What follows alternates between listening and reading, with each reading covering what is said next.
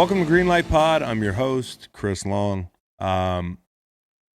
Recording, not live, taped from Greenlight Studios here in Virginia. Yeah, you know what has hit the fan, and it's getting weird. I never like to be an overreactive person. I don't like to be a sensationalist. I certainly don't like to do that when I do podcasts, and I don't like to do that in my own life. I've tried to stay really measured about this thing. I think it's obvious that if you're healthy, this isn't as big a scare for you individually. There's a whole, section of the population that should be very concerned about this. So I'm taking it that way. I'm thinking about the people that are at risk, to contract this virus and have a much worse outcome than possibly me or somebody my age. And it's still scary. I mean, it's a serious thing. But I do think about there are a lot of people who can't just brush this off right now. It is a pandemic. I tend to listen to people like scientists or like the World Health Organization or doctors. Like those are people I tend to listen to. So I'm not going to go conspiracy theory, media gaslighting on the coronavirus. When I was in Tanzania, I one night going to bed, and I'm a little anxious there anyways, so I don't like being halfway around the world. I'm kind of a homer, so when I travel, I get kind of nervous, and I start reading articles again, and you can tell me the media is misleading me, but it appeared to me, and this is late February, that this day was coming, where stuff was gonna hit the fan here in the States. It was inevitable. And it is here. And you've seen a rash of cancellations. Most notably, the NBA canceled last night, which I think set off an occurrence of like kind of a domino effect where everybody's looking up to see what the league above them is doing. And now you've seen a whole host of sporting events and leagues suspending play. NCAA tournament is obviously in question right now, what they're going to do. I would venture to guess it's going to get canceled, or at the very least postponed. I'd love to see it. I'd hate to see the door shut just as a sports fan, but I also understand if that's the safe thing to do. Again, if I'm the NCAA right now, I'm not listening to sports fans. I hope they do the right thing and they listen to professionals. But here we are. It's going to be weird. Definitely a lot of people at home, a lot of people not going back into work right now. Schools are getting canceled for weeks on end here in different parts of the state already. And it's scary. I mean, it's absolutely scary. I'm not in a panic, but I think Kyle Brandt from Good Morning Football said it best. It's like, I just don't want to hear it's just the flu takes. Like, take that to some fucking 4chan message board or like a subreddit. Just get that energy out of my face. This is a serious thing. I'm going to treat it as such. I'm also not going to panic and freak out, but proceed with caution. I hope everybody stays safe out there, and we're going to have a lot of good guests over the next couple weeks while you're sitting at home, working from home. I think slacking off is probably inevitable. If you're driving somewhere, I don't know where you would be driving, catch up on some of our old stuff. We got a bunch of good interviews coming out all the time from last summer with the Fishbowl. But it's going to be interviews like today's. I'm going to have Ryen Russillo on. He is not only a buddy of mine. I did the Russillo show with him all fall talking football. Now we're obviously talking the NBA with the cancellation last night. So without further ado, let me get Ryen on the line. Dear friend of mine and somebody with a lot of NBA insight, the Ringer's Ryen Russillo. Rye, weird ass day. Yeah, that's an all timer. I mean, I think both you and I know, like, it's almost like you don't know how to handle it. Like, guys are still making jokes on Twitter, and maybe that's the right thing to do. And then it's like, wait a minute, how could you be so insensitive? But if we just keep this in the world of, our last few days, I'm going through my normal routine. I got to tell you, though, I stocked up in the grocery store in a way that I haven't in a long time. And you start going, all right, what's going on? And then I'm like, all right, sit down and lock into some of the games. And the game I wanted to watch the most was Oklahoma City, Utah. And I'm like, what's going on with these refs? They're meeting with the coaches, and then the refs grab their jackets from the scores table, and then the T-shirt cannon starts shooting out. And then everybody's dancing, and the hype team's out there. And then the PA announcer, like 20 minutes later, while no one has any idea what's going on, is like, hey, the game's canceled. Everybody's safe. See you later. Yeah, it seemed like kind of that's kind of a microcosm for the tone this week in America. It seems like nobody knows what the hell is going on. But sports, it feels like, because it's one of the most visible undertakings in our country, is kind of leading the charge, for better or for worse, with the timing. I know the NBA, you could argue they're leaders of the pack. You could argue that they were a little bit slow to act because they were still playing games against the advice of some pretty smart folks in front of crowds. And then last night was super weird. Like for you, you're watching that game. I know the refs leave because I guess one of the refs realized that he had been officiating a Jazz game earlier in the week. And of course, might have come into contact with Gobert and or Donovan Mitchell. I'm watching Cuse UNC, and I'm watching these kids go to the locker room, and they're kicking UNC's ass. And I'm thinking, as a player for Syracuse, I don't know if you check your phone. I mean, NFL players check their phones at halftime. You're like, what the fuck is going on, dude? They're canceling the NBA season or suspending it. But when you first get that news, you don't know what the word suspension means. Why are we even going back out here and playing the second half? You got the Big East randomly hanging on today, canceling the game at the halftime of Creighton and somebody else. All the Power 5 conferences were shut down. Yeah. And then I'm watching commercials in between the breaks hyping up the tournament with stadiums full of people. It's one of the most surreal things I've ever seen. Yeah, you brought up kind of the entry point to this, which is, what were the leagues supposed to do? And I think we have a history of, I know whenever there's some sort of virus, I'll read some Newsweek or The Economist, and I read about it, and then there's a scientist that tells you if this and this happens, all of these things, and then it doesn't ever happen, right? Y2K is maybe one of the biggest examples of I'll never forget my father going to Costco. This is us living on the vineyard, and I come back to visit over the Christmas break, and the pantry's full of peanut butter crackers and water. And I'm like, what's going on? He's like, he's like, this Y2K thing. I'm like, so we're just going to eat peanut butter and crackers? And I'm going, what? And then nothing happens. So, we're probably conditioned to this for just the regular people walking around all the time going okay, whatever, what is this really going to be? And then it becomes politicized, which, we can probably touch on later. We don't have to. I go either way on that one. Yeah. And you don't really know what are you supposed to do. So then when you look at how could the NBA even have these games? Here's what I know about how predictable we are. There's two things.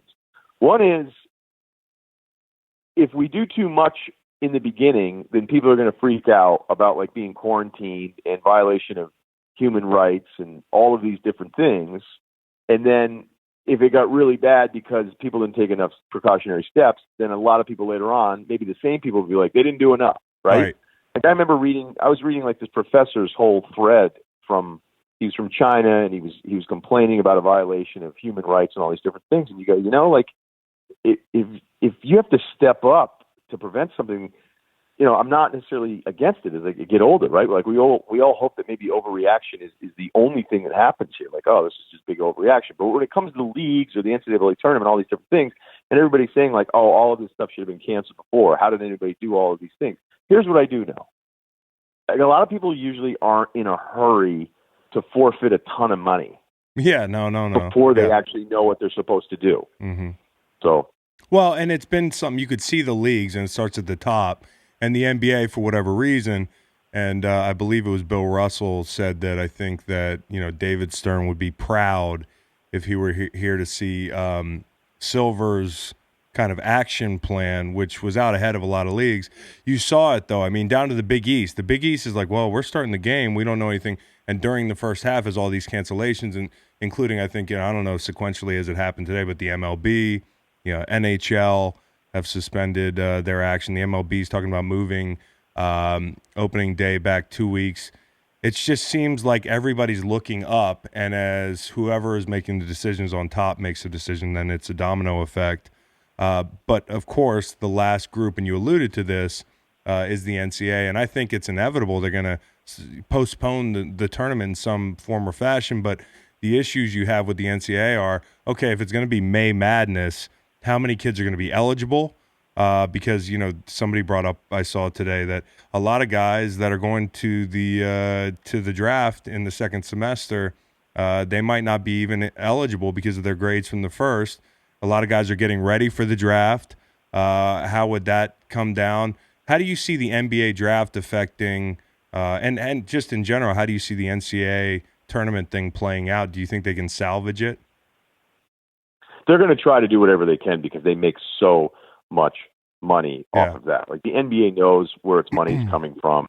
This is a hit. I don't know enough about what insurance would cover for arenas, but now you have an NBA package with ESPN and TNT, ABC, where it's like, okay, now they don't have that inventory, and then that carry-through effect is like make goods with advertisers. So, these are high-level conversations happening. I text somebody at the NBA today. I go, is there anything that you can tell me that helps me understand, like, some of the options, just so I don't sound like an idiot? Right. 'Cause I feel like I'm one of the voices that people are like, oh, do you have anything? And he just went, we don't even know. Like, we don't know what we're doing. It was really simple to think of it this way. Like, what if the entire Jazz team needs to be quarantined, but they didn't suspend games? Yeah, no. So then what are the Jazz supposed to do? Drop out of the playoffs, lose every game, or did they stay in the playoffs, end up being an 8 seed? Or, what are you going to do? So Silver, who is quick with this stuff, and I think does a terrific job. Like when it's time to act, he acts and he goes and does it. And, everybody else kind of followed suit. But the NCAA, because of the money made from this one event that happens in a very short amount of time, I'm sure they're going to try to salvage as much as they can. Now, as far as the draft, most of these front office guys have been watching these kids for over a year, for the guys that are at the top of the draft. Like even the James Wiseman, who, only played a couple games in Memphis, like people know his deal. Anthony Edwards, who could be the number one pick out of Georgia, that team's not making the tournament anyway. What the tournament does, like there's still, the work has been done by these scouts I've been texting with and talking to since November.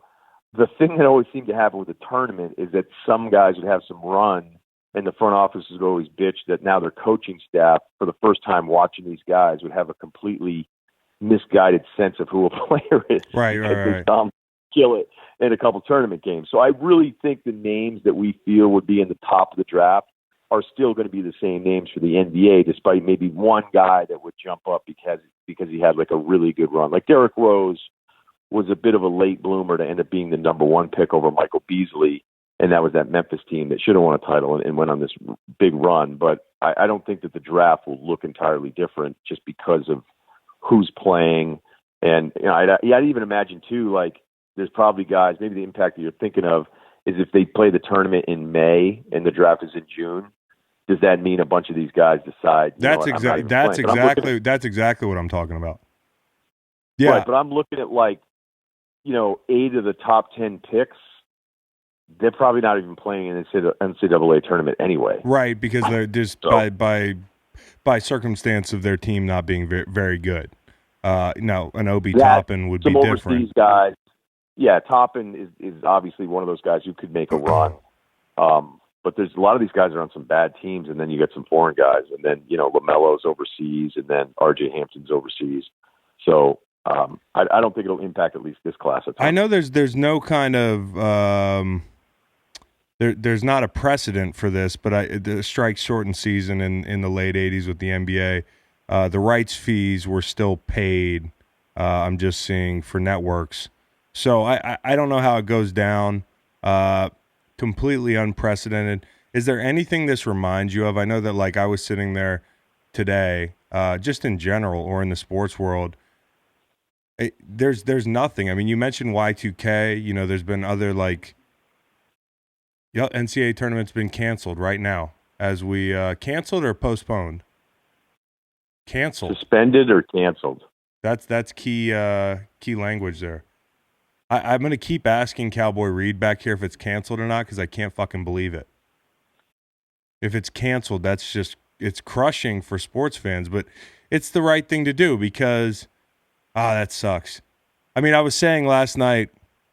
I mean, it's tough not to talk about this insensitively. You're going to step on a landmine all the time because obviously the pretense of anything we're talking about people's health. And by the way, I think the issue that people have about where we are right now in the U.S. from a testing protocol standpoint is you look at a country like South Korea, and what you hope is that the new cases plateau. Like in late February in South Korea, there were like 800 new cases a day. Now it's down to like under 200. So, like, they've made progress, but they've also, you know, we've tested 11,000 people total. They test about 10,000 a day. So we have to catch up from that standpoint. But getting back to the NCAA tournament, I think that, and it's tournament, not tournament. We had this big debate this week. You say tournament, right? I say tournament. Okay, good. So the issue is, just like with Gobert and the NBA, and I heard, who was it talking about it on TV today? It was Fran McCaffrey from Iowa. He said the minute Gobert got sick, we knew that the Big Ten tournament would be canceled. It was just that was the end for us. It hadn't happened officially.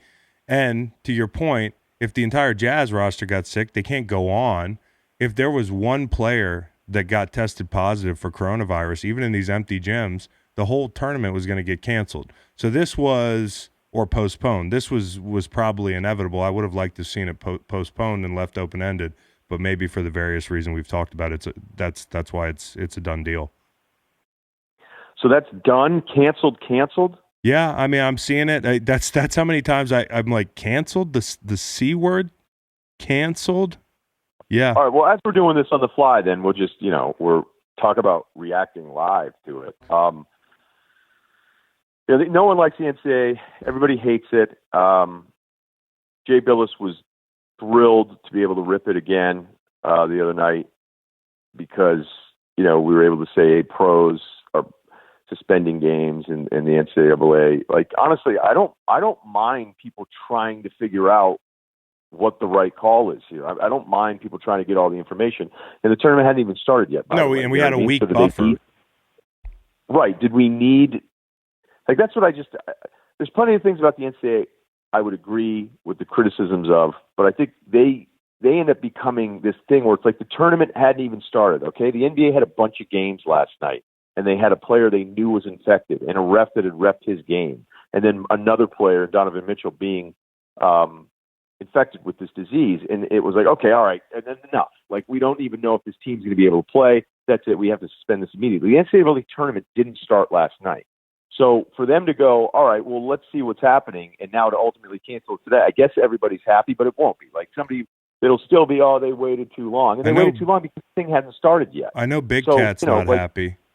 Big Cat says he's going to give him, and that joke has not aged well. He said he was going to give himself the coronavirus if the NCAA tournament was canceled. So we need to go check on Big Cat. I would just say this, though. That I agree with you. Like, I am totally, I mean, the NCAA, it's a big racket and all that stuff. I agree. But we were all going to sit our asses in chairs and watch that fucking tournament. I mean, we were going to be glued to it like we are every year. So we can be holier than thou, but also realize that, just because they were the last folks at the dance, save for the XFL here, who I don't think's taken any action. I think the XFL might lean into this thing and say, we're going to play through the coronavirus. That's our brand. Which is just totally... We have 2 games a week. Yeah, I mean, and we're the XFL. It's basically wrestling. And I don't know about WrestleMania yet. I do want to give props to the Ivy League because really we're giving the NBA credit here. Usually when the Ivy Leaguers do something, you should follow, and they were like the first ones. Well, I don't know. I would counter that. There's plenty of Ivy League rallies I've gone. That looks like a tremendous waste of time. But when it came to this... yeah, I mean, they were on it, and that's what this whole thing is. I mean, I'm looking at my day differently. Like, I don't know what to do. I haven't been outside yet, and it's weird, especially to be in LA, where you go, okay, well, the beaches are always pretty empty this time of year. I'll probably go down, get my read on, do a little of the arts and crafts here at the house, a little writing, a little editing. Well, the social distancing thing, as the kids say, is finna be a breeze for you. For me, I've been prepping my whole life for this. I've got my go bag. I've got self-defense down, and I'm not going to lie. You got self-defense down. Yeah. I'm not worried about that part. And then I'll admit I was on Zillow last night looking at some stuff outside of the more populated areas of Utah. Hey, listen, I don't think anybody, and it's not about, and I understand the whole battle raging between the COVID-19 truthers who claim it's just the flu, all that, and it very well might not be as disruptive, from a medical standpoint as the flu, as you look at it, looking back whenever this thing clears up. But it's scary shit because, one, it's killing people. You have to take that into account. You have to be serious about that and be real about that. Some, I worry about people my parents' age, and there's this whole like, I'm just going to treat it like the flu. I'm just going to power through it. I'm going to be out doing my thing. Okay, well, you might not infect you might not get sick and die, but you could infect somebody who's at risk. So I get all that, but I think it's human nature looking at the social disruption, the civic unrest here. It's like we said, it's the weirdest fucking time, I think, in my adult life for sure, where I've looked outside and I've been like, are people out there doing things right now or are they not? And I drove into work to do this pod, and there were a lot of people on the road. It's actually very nice out here on the East Coast, but it's weird, man. Like, the flowers are blooming, spring's starting a little early, and, everybody would be buzzing and outside right now. The bars would be hopping. Nobody's going to do anything. St. Patrick's Day is going to be weird. They're canceling marathons, of course. Those are afterthoughts at this point. It's bizarre. I don't think anybody's wrong for hopping on Zillow. Don't blow the secret, but I guess there's no way to ask this without blowing the secret. But describe your doomsday prep. Like, where would it be? What would you have to do? What are the factors you're looking at? Well, I've heard a family can make a rough day better. That's what I hear, and that no matter what, your kids, until they get older and hate you, but for a good stretch early there, they're always like you no matter what. They don't judge you, and people need that. I've done some research on it. It's not healthy to not interact with people, so I don't even know how much longer I have. But you're always welcome at the homestead out here. I know. I appreciate that. But I got a tent. I got a pretty good bag. I love buying backpacks. I have my whole Kilimanjaro kit is ready to go, by the way. Oh, good. Well, we're not going to be headed there for the foreseeable future. Right. This is a good time to read. Yeah, I mean, this is the hell of a time to be like, hey, I want you to know I'm still committed to that Kili climb. Yep, I'm in. It's good. My spot. I just re-upped on all my gear. Good. Like, I'm still trying to figure out how Amazon stock is going to the tank. I mean, obviously everybody's stock is going to the tank here right now because the Dow's lost like 8,000 points in a couple weeks, which the flu, again, money is not as important as life and death, but the flu doesn't cause an 8,000 point crash in just a couple weeks. So, and maybe that's just an overreaction, but yeah, I got a crossbow. I bought a bunch of rice. Oh, good. You bought rice. I bought rice too. A lot of rice. That was on my list. Look, we all hope this is a big overreaction. If the worst thing ends up being that I have extra chicken breasts that are in the freezer that I need to chuck because I never used them, then that's great. Then I'll lose chicken breast. Chicken breast. I'm telling you, I'm gonna watch a lot of movies. I'm probably gonna be at home a lot. I'm gonna catch up on a lot of TV shows. And this shit all sounds trivial to talk about, but on a serious note, I just think, there has to be some levity. We've talked in private about, okay, what's the limit? Like because we have seen people like, you got to get the jokes off, and people have been just firing away. But now it's not as funny when it's a bit of a state of emergency here domestically. And I do think that, like, looking at this thing, our society kind of hangs by a little bit of a thread. It's like any imbalance, a little bit of panic, and this shows the power of sports.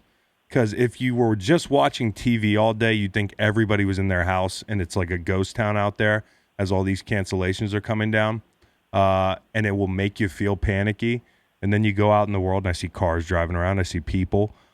We will probably get through it. Before I let you go, what's your prediction for, and I know it's impossible to predict how this plays out from a standpoint of this virus leveling out, but where do you think, if you're Adam Silver, what are the ramifications of postponing and delaying, not canceling, and how far will they push this thing into the summer?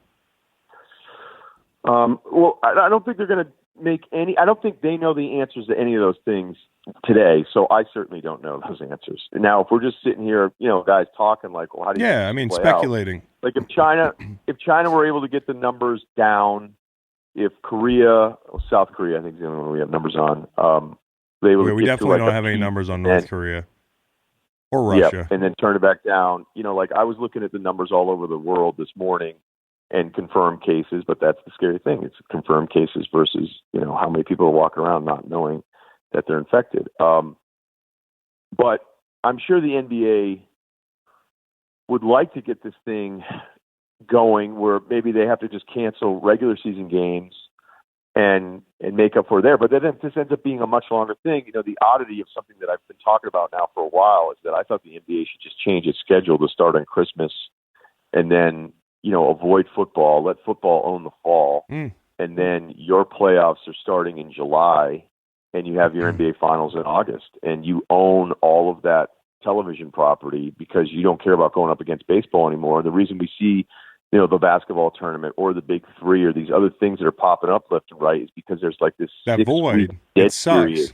Yeah, unless it's right. the World Cup, it it sucks. And I can only watch so much NFL Network, footage of people quietly talking over a D-line individual period at a practice. Like I don't care. Right. Or like, the way the Cowboys skill guys get treated with their contract negotiations, like it's absurd the amount of content people think. Because it isn't like it's interesting for the day or two, but when it ended up being like 4 weeks of Ezekiel Elliott, and you just go, oh my God, like I don't care about this at all. No one cares. There's no way this is that interesting. I wonder if the NBA would go, okay, we still don't have an answer here in April. We're not quite sure what to do. We need to be safe. I also think when it comes to the TV partners, you only have so many options here, even though it's definitely different than the three networks and a cable. It's still, hey, we have to make sure ESPN, ABC, and TNT are happy about us as a partner. And in turn, the television, options have to look at the NBA. Like everybody has to play nice here. This is where the relationships really come in between a commissioner, between a president of a network, a Jimmy Vitaro who's running ESPN for Disney, and these guys going like, look, we know the right thing to do is we have to think health first, but we also, let's not kid ourselves, inside this room, how are we protecting the product? How are we making sure that we're all happy with some kind of solution? And, if this thing gets really weird, then none of this is going to matter, right? But if it is able to be controlled, I don't know how quick they're going to push ahead. You know what I'm kind of interested, though, Chris, is because we know this is going to happen, and this is back to the part where yes, we know PSA, it's health first, but I'm really going to be entertained by the people that use this as some kind of excuse in sports. Yes, you brought that up. Yep. Yeah, like I guarantee the NCAA, if they never play the NCAA tournament, and then when people are saying the players should be paid more, they're going to go, we took a massive loss. We took a big loss back in 20, so we're in the red. We definitely can't. I think there'll be guys like if they screw up a draft pick in the NFL, they'll be like, oh well, we couldn't fly him in to get a real visit, so that's how we screwed up. Pro days are probably going. Spring ball is going to go. Actually, I just heard UVA canceled all, or the NCAA or UVA, NCAA canceled all spring sports. Do you get the idea? And by the way, along your line of people wondering what might have been, I mean, a team like Dayton has got to feel like, hey, I mean, I'm sure there's NBA teams right now who feel like they're hot and you feel like this is their year. No, that's a great example. But Dayton's the perfect example because you've got a once-in-a-lifetime talent at Dayton in Obi Toppin. You've played well. You've passed all the necessary tests so far to earn a 1 seed. And at this point, without a clear, they're outside of Kansas to me, without a clear front runner, you've got to feel like you have as good a chance as any. And if you were a student at Dayton in 2020, one of those kids that got shot with, rubber bullets last night, partying in the streets, you probably say, hey, we could have had it. Yeah, that's a great example because it's not like, Duke knows they're going to be back in it. Oh, yeah. How about Duke Kentucky canceling? knows, Duke, we're canceling. Yeah, we know you're canceling. You were going to fucking win it anyways. Yeah. The Dayton one is a really good example because, the NBA thing, if you're this Clippers team in this front office that put together maybe the best Clippers team ever, you're like, okay, if you're LeBron and you feel like this is my last great chance at getting a ring. I mean, again, none of this stuff is none of this stuff is more important than health, but I mean, it's sports right. podcast. Yeah, right. There's just going to be there'll be a lot of this because people love, if you give people excuses, they will use them. There's some that we can't even think of, and it's going to be a massive eye roll. There's going to be like a guy like us that talks for a living that's going to be on the debate desk, and he's going to say, well, the coronavirus not happened, LeBron would have overtaken Jordan. Right. Dude, right. Seriously going. I can see it on First Take defense? Now. Yes. Yeah. Do you think that some of this was pushed or attempted to be pushed for? Like when I heard LeBron say, "I'm not playing with no fans in the stadium," the NBA being more of a player league, do you get the sense from behind the scenes that guys were pressuring for this to happen before it happened, before it all developed last night, or has this kind of all happened simultaneously? Was there like an effort by players that kind of stonewalled, and then that resistance kind of relented as this stuff developed, or the other way around? I actually think it's different than that. I think LeBron was saying something that sounded cool, where he was like, "I only play for the fans. I'm not going to do it." I don't think he understood the magnitude of this. I didn't understand the magnitude of this when he said what he said. And I think, like all of us, with another day of trying to sort through all the bullshit and get good information, which unfortunately is way harder than it should be, I'm sure people were like, no, dude, what we mean is by this. And then once he understood, that was fine. I don't think that the play was suspended by the NBA because LeBron and other players didn't want to play in empty arenas. Well, they had no choice eventually. Right. Yeah. I think it had everything to do with going apparently, because I had somebody call me and go, "Hey, Gobert has it." And I was like, "You'd be kidding me." He goes, "My brother is at the game, and Chris Paul went up to the bench and was like, 'Hey, what's up with Rudy?' And the trainer yelled at Chris Paul, was like, 'Get away from here. Turn around.'" Yeah, he was like, "Get out of here." And Paul was like, "What?"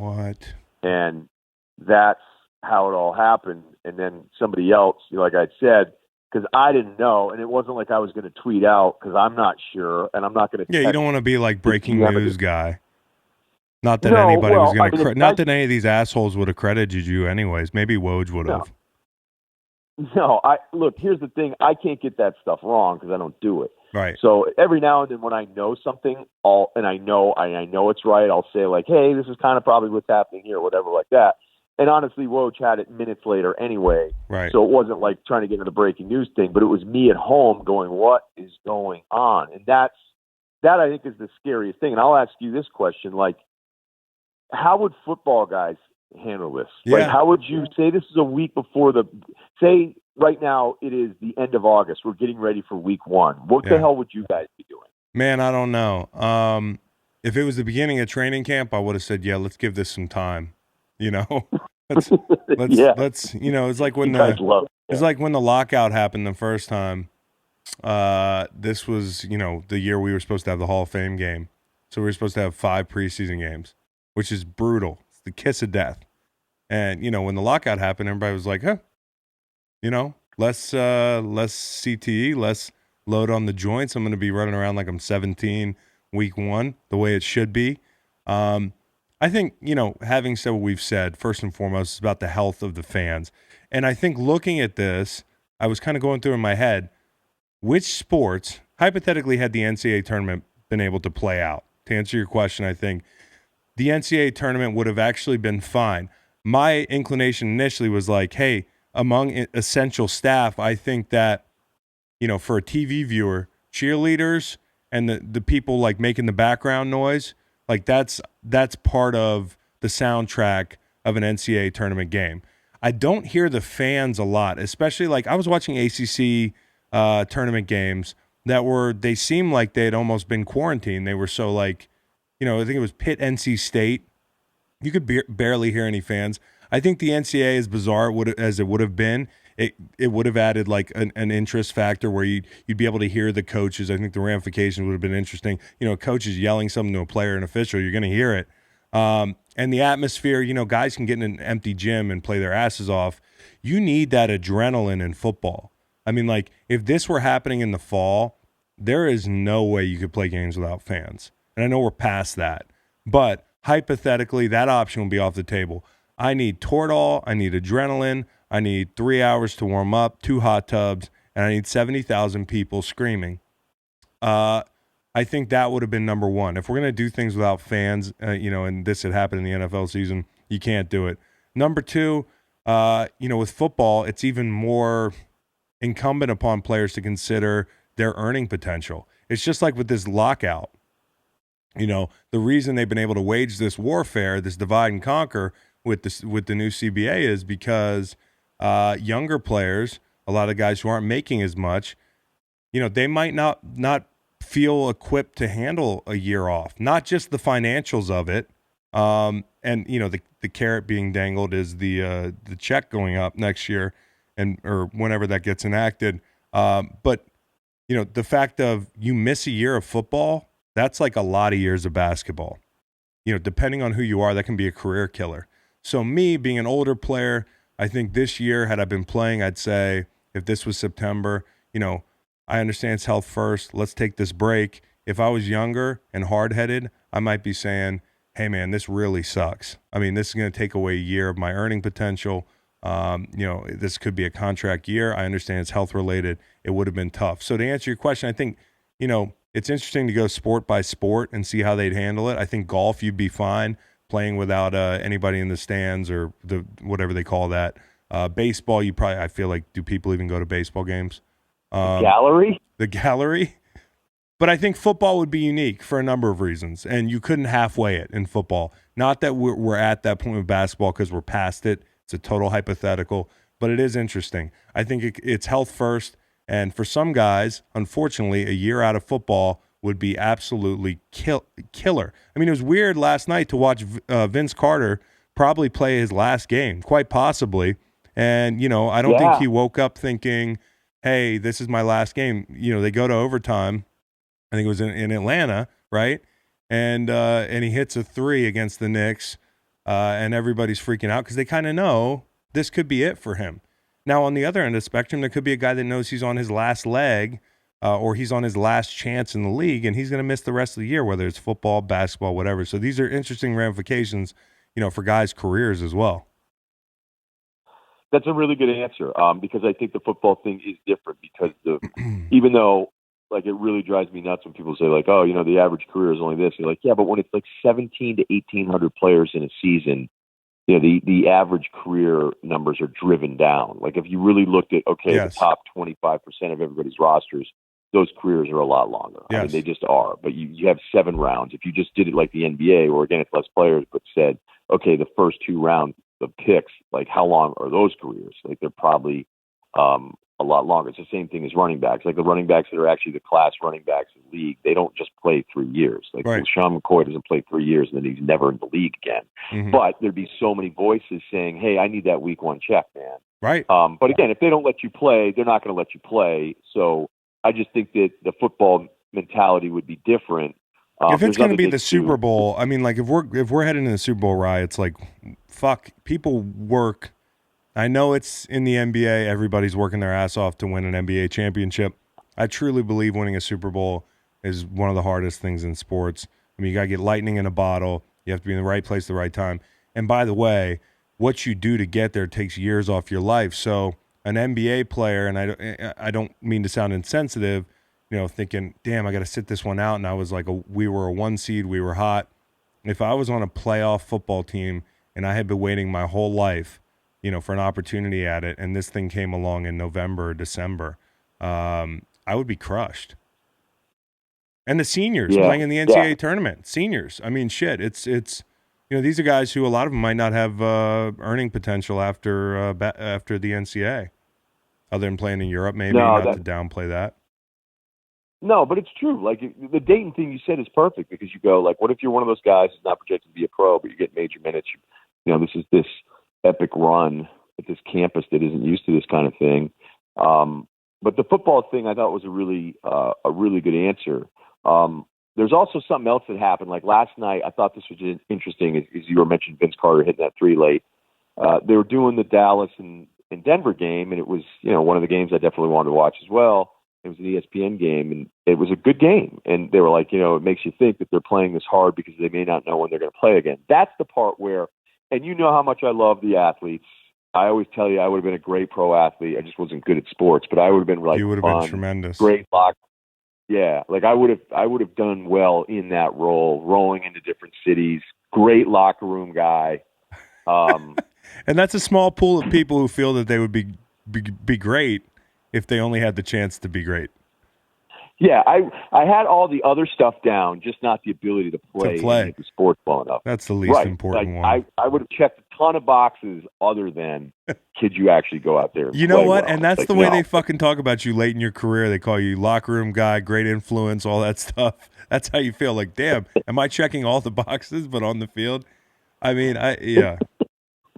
So, but you were saying. It's also, if you're a draft prospect, I don't want to hear those attributes before I hear whether or not you can play. So it's always a good test. It's always a good test. Like whenever I hear about quarterbacks and say, oh, he's great in the room. Everybody loves him. Really good in the interviews. And be like, okay, but can he fucking read But can he fucking throw the ball? Yeah. I don't want to hear about Jake Fromm and how awesome he is. He is awesome. He seems like a great fucking kid. I love to have a beer with him. And he could be a pretty good college football player. But I just watched him try to throw like, a go route. That's kind of part of it. Not to single out Jake like Fromm. Two of the most impressive in-person interviews we've ever had were Bryce Petty and E.J. Manuel. Oh, E.J. Manuel is the greatest dude ever. E.J. Manuel's. I just got done doing my pod, and I mentioned him because Bruce Feldman was talking about like the guys who did well in interviews, who didn't do well, and all that kind of stuff.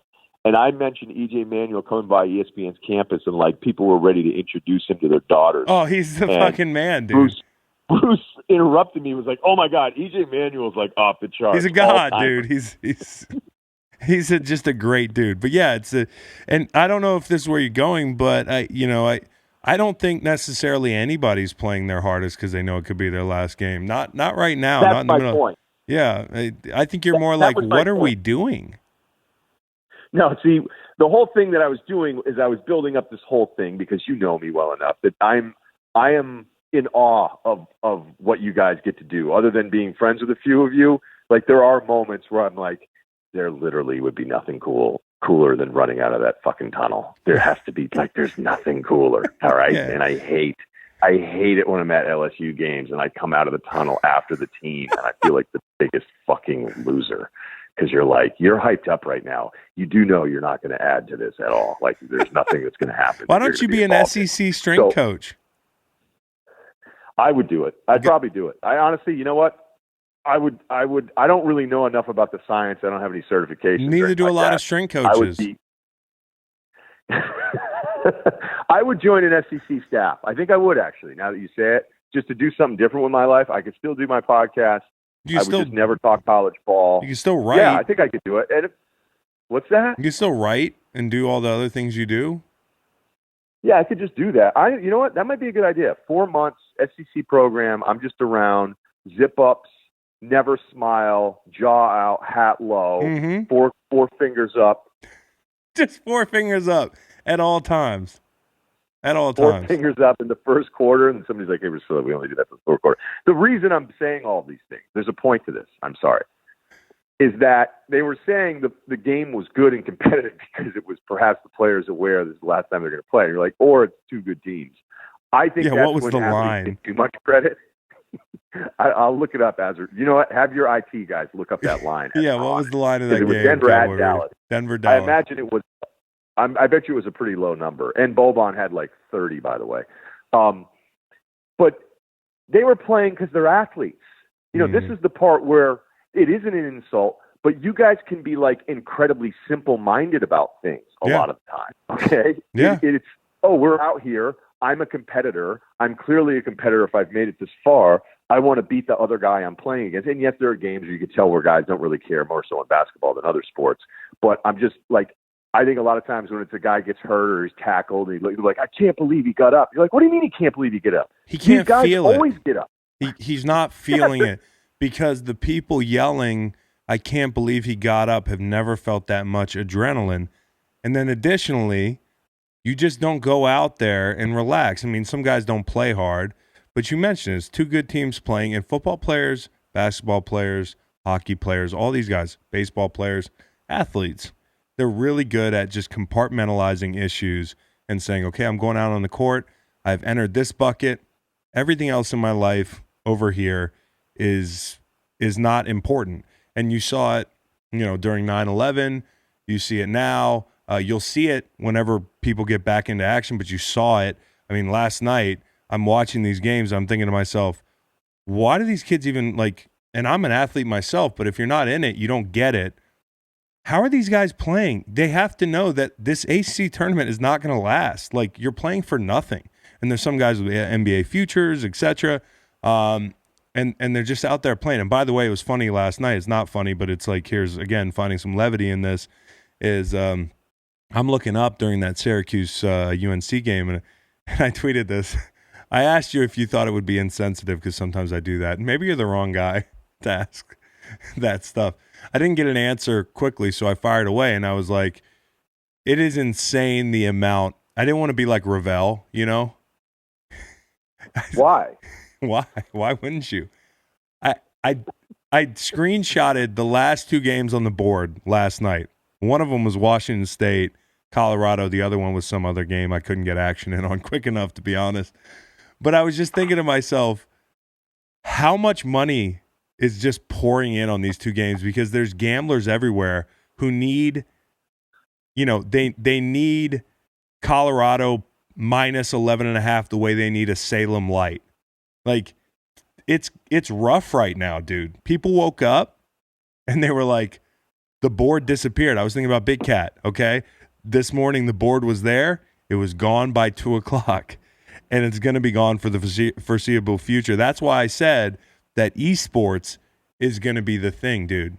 I really believe that in 2 months, I'm going to be huddled around a live stream of a dude in Cedar Rapids playing Zelda, and I'm going to think it's the Super Bowl because I'm going to be so, missing competition in sports. I'm going to be playing categories with my wife. We're going to be getting into, big arguments because I'm going to miss competing at something. So whether it's gambling, whether it's just seeing competition on TV, whether it's playing for these athletes, sports is going to show itself to be even more impactful than we knew before this hiatus. I think it's going to get weird, and people need sports, but you can't do it without staying safe first. Not right now. So, Rye, thank you. I appreciate you hitting me up and doing this pod today. I know there's a lot going on in the NBA. So,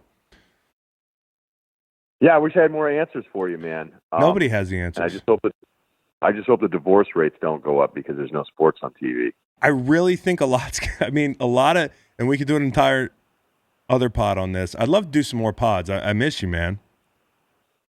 Hey, you have the I didn't call you back since football because I know I would have had you on every week since. People still want it. So we got to give the people what we want. Maybe we can do a home and home. We'll do, chalk, ringer. Let's do a home and home. Come on next week. Next week. I'd love to. Let's do it. We got plenty of time. So we'll do, what we'll do a festival ranking. Let's do it. I'm ready to rank everything. I'm ready to rank. You love ranking stuff. I will rank anything. You throw it my way, I will rank it. We'll rank some shit. We'll do some home and homes. We're back. Hey, listen, out of the darkness comes some light.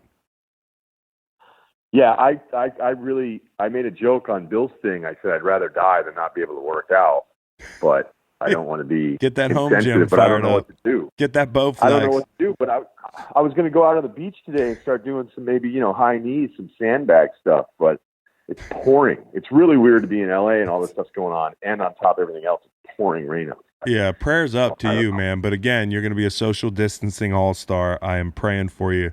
I wish you the best. Again, you are welcome at the homestead here, but we would require you to Thank drive you. across the country, not fly. No problem. I could do that too. I've never done that trip. I've always wanted to. But say hi to the fam for me. And Okay, thanks buddy. for having me on. Talk to you next week. So that was Ryen Russillo of The Ringer and of NBA Twitter fame. And Ryan, I think, is just like everybody else. Doesn't really know what to expect. And again, like, it's fun talking to Ryan. This is kind of one of those weird situations you got to make the best of. I think there's a thin line between adding some levity and joking about a very serious topic. I've seen a lot of people going about that the wrong way. But again, it's here first and foremost. The disruption is secondary to the health issue, and obviously sports is part of disruption. It's not something you need to survive. So we'll be okay without the NCAA tournament, but certainly, as sports are something that, ideally, if you're in a situation like this where people are afraid, people are feeling, a lot of unrest, sports can be kind of a thread to keep people together, but there's just no way to do it right now. And it's going to be weird. I don't think foreseeing or forecasting the next 3-4 months, it's hard to do right now. Maybe things will level out. But with the drastic measures that have appropriately been taken by now the NCAA, as we just learned, live, the NBA, the MLB, NFL, a lot of their teams are suspending operations, as far as sending people to pro days, and MLS, a bunch of different sports and leagues making the necessary calls. I don't think I've ever seen, or that we will have ever seen, a continuous disruption of, that thing we don't take for granted. We love it, but I don't think we sometimes realize how important it is to us in society, is the distraction of sports. And it'll be interesting. It'll be interesting to see how that plays into people feeling like, it's business as usual through a lot of these disruptions. Again, I hope everybody stays safe out there. The social distancing thing, that's going to be interesting. Catching up on a lot of movies, a lot of reading, and I'm going to do a lot of pods. Okay, so I'm going to try to take it upon myself to churn out as much content as I can to help fight the boredom. Unless you're absolutely bored with my pod, I can't help you. But I do want to say, like, it's not lost on me the fact that, my problems in the middle of this thing, a sports fan's problems, a guy with a podcast problems, they're not really problems. There's people worried about losing their house, because they don't know how their bills are going to get paid. They don't know how long they're going to be home from work, how small business owners are going to get hit. I've talked to a couple buddies that own small businesses, and they're worried about it. There's obviously people who are worried about the virus itself and should be very worried about it. I think everybody's worried about it. But, I think even if you're in that healthy range of people that, you could be led to believe the death rate's much lower. You might not even show that many symptoms. It might feel like a common cold. Consider the people who are at risk. I'm going to try to isolate myself as much as possible.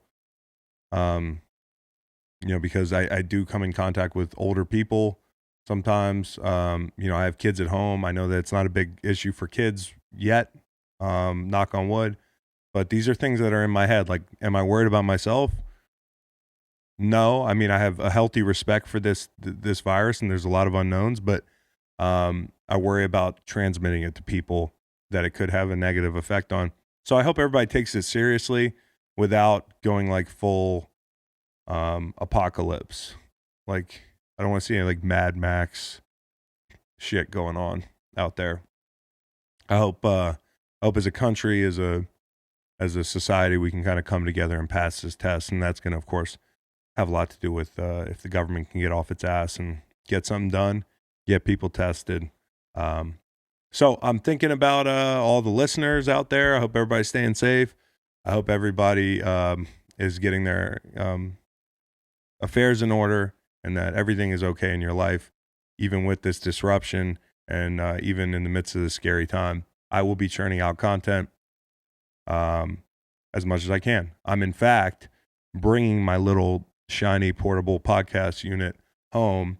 And for you YouTube users, I want to urge you to continue to pop over and check out Apple Music, Spotify, because we will be doing a lot of audio only stuff, late night, couple candies. After 8 p.m., Chris Pod is going to be, it's going to be a buckle up type thing. So I'm going to churn out some of those. Anyways, tweet me. Tell me what you want me to podcast about. Tell me some topics that you leave some comments on stuff in the YouTube comment section. At Chalk Network on Twitter. IG, fucking hunt my IG down. Comment something you want to hear me talk about. And I will do my best to churn out some content that you can pass some of these slow days, social distancing. Stay safe, everybody, and take care.